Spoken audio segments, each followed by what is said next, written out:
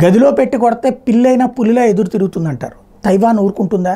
తైవాన్ని గదిలో పెట్టి కొడుతుంది చైనా. ఇక్కడ అమెరికాకి యూరప్ దేశాలకి చైనాని కాదని తైవాన్ వెంట ఉండే ధైర్యం చాలట్లేదు. ఎందుకంటే చైనాలో కమ్యూనిస్టుల చేతిలోనే ఉంది. జిన్పింగ్ని కాదని అక్కడ సాధ్యం కాదు. ఫస్ట్ అయితే ఒక ప్రయత్నం చేశారు. ఉక్రెయిన్ ద్వారా రష్యాని దెబ్బ కొట్టడం, తైవాన్ ద్వారా చైనాని దెబ్బ కొట్టడం. ఉక్రెయిన్ కనుక గెలుచుంటే తైవాన్ ద్వారా చైనా మీద కూడా అటాక్ చేయించేవాళ్ళు. కానీ ఉక్రెయిన్ ఫెయిల్ అవ్వటం, 2 ఏళ్ల తర్వాత కూడా ఏమీ తేలకపోవడం, దాంతో తైవాను ధైర్యం చేయలేదు. తైవాన్ని ముందు పెట్టి చైనాతో యుద్ధం చేయడానికి అమెరికా యూరప్ దేశాలకు కూడా ధైర్యం చేయాలి. అయితే ఈ రెచ్చగొట్టుడు చర్యల ఫలితంగా చైనాకి మాత్రం తైవాన్ మీద ఆగ్రహం ఉంది. అక్కడ రాజకీయం మార్చాలని చూసింది. తైవాన్లోని ప్రభుత్వం చైనా అనుకూల ప్రభుత్వాన్ని లైక్ మాల్దీవుల్లో మొయిజ్జులాగా పెట్టాలని ప్రయత్నించింది. కానీ విఫలమైంది. యాంటీ చైనా వాళ్ళు అక్కడ ప్రభుత్వంలోకి వచ్చారు. ఈ దశలో ఇప్పుడు ఏం చేస్తున్నారు? చైనా లోపల ఉన్నటువంటి ప్రాంతాలని టచ్ చేయడానికి కావాల్సిన మిస్సైల్స్ తయారీ తైవాన్ ప్రారంభించింది.